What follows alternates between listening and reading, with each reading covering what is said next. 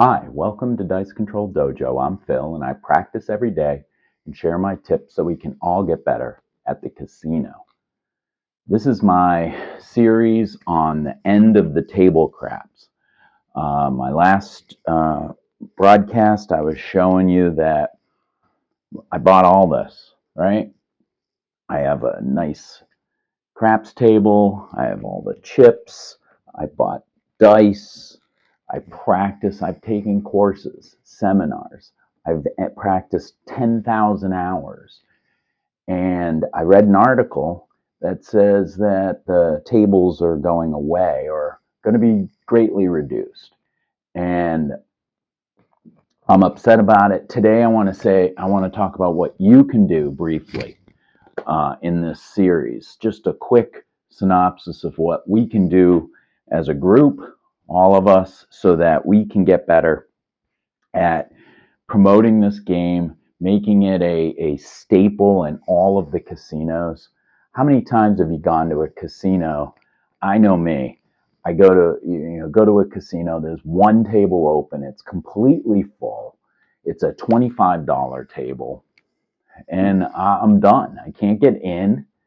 Uh, I can't play. I don't want to play on a $25 table, a $50, $100 table. So I walk away. And I'm an experienced craps player.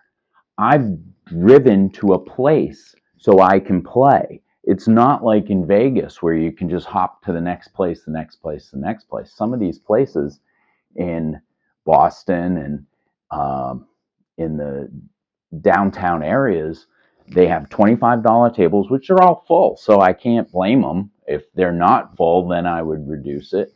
But they're only one open, maybe two, and they're always completely full, which is baffling to me when we talk about how craps is going away, but I see it. I see it in Atlantic City.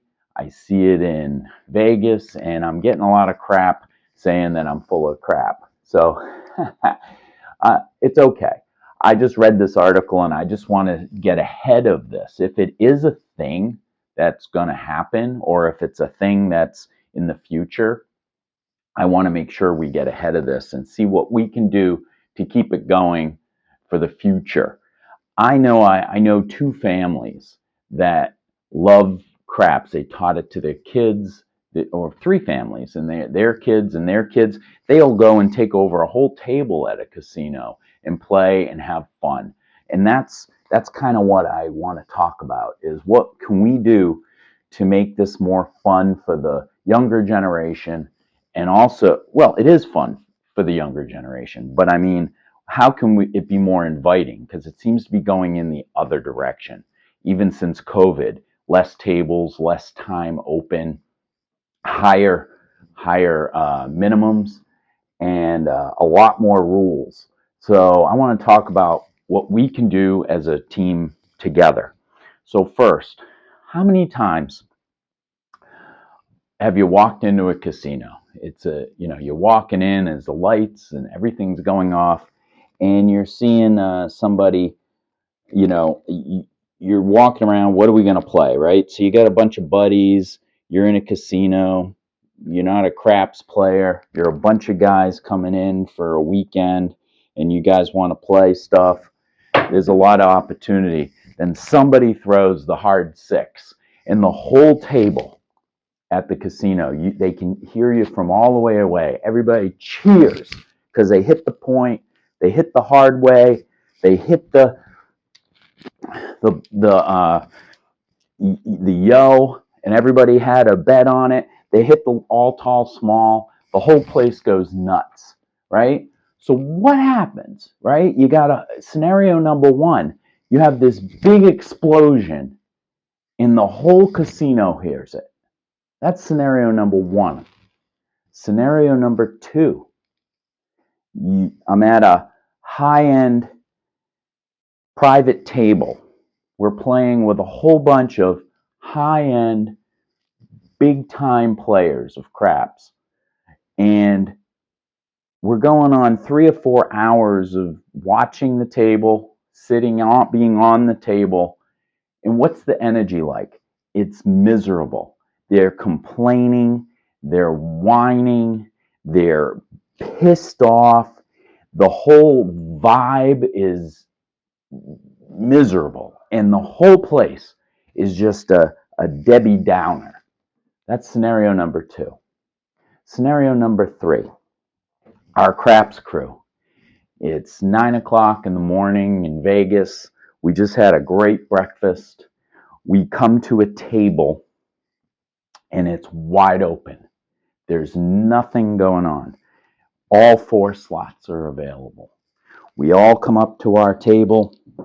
We are so excited to start our day. I throw a 6, or my buddy throws a 6. Then the very next throw, he does it. It's a hard 6. We go, hey! We're quiet. Be quiet. Don't draw attention. Okay. 3 different scenarios. A huge crowd cheering because a point was made and everybody had a bet on. We have a high-level table with high-end players playing, and they're all miserable. The energy of the table is gone. There's no fun and no possibility. Or in scenario number 3, we're at a table first thing in the morning, and we hit a point, and we're all very quiet. What do all those things have in common? They're all situations that is causing the end of table craps as we know it. Because the cheers, right? The first scenario, the place goes nuts. This is a calling card to everybody in that casino that something really fun is happening. Something's going on, and it's drawing people from all over.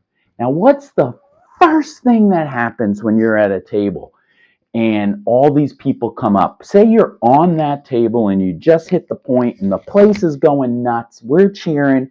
There's 4 or 5 people here. We're like having a fun time. What happens? It draws people in, right? What happens when they come? What's the first thing my buddies and I do? We puff out. We don't want anybody in, right? People are coming up. Well, what's going on? How you doing? And we got people on every end of the table not looking, not talking to anybody. The dealers are busy paying out or something. And what ends up happening? You get a person that comes over and they go, oh my God, look at this board. Would you want to put any kind of bet on this board? You're coming over and you're seeing these people playing and having a great time, and you want to be a part of that. Well, what do? 90% of them go away without us drawing them in. Scenario number 2, same thing. You're at a high-end table. People are throwing. These are professional or high-end craps throwers. And you're looking at how miserable they are. Oh, I didn't throw that right. And oh, I threw a 7 again. Oh, this is horrible. I'm not. Hey, keep your chips off of there. Move them over there. They're miserable. Well, as a player, when I'm coming in looking and I want to play in with these high-end players, what am I taking away from that? Oh my God, I look at these guys who've been playing for 10, 20, 30 years, not having fun. Why would I want to continue to do that? Do I want to be in my 60s and 70s playing a game and I'm miserable? I want to have fun. And then call out to my craps crew. We have a signal to be quiet. And why do we do that? We don't want to draw anybody in. We want to keep our position. Why? Why do we? And I'm the first to admit it. I'm like, oh my God, why am I being like that? Why? Because we want to keep throwing, right? We want to practice and we want to throw around. Okay, that's well and good. But in the big picture, if we don't take these people in that come in the morning or cheer that little cheer, not be quiet, somebody comes up to the table, we should be more welcoming to them.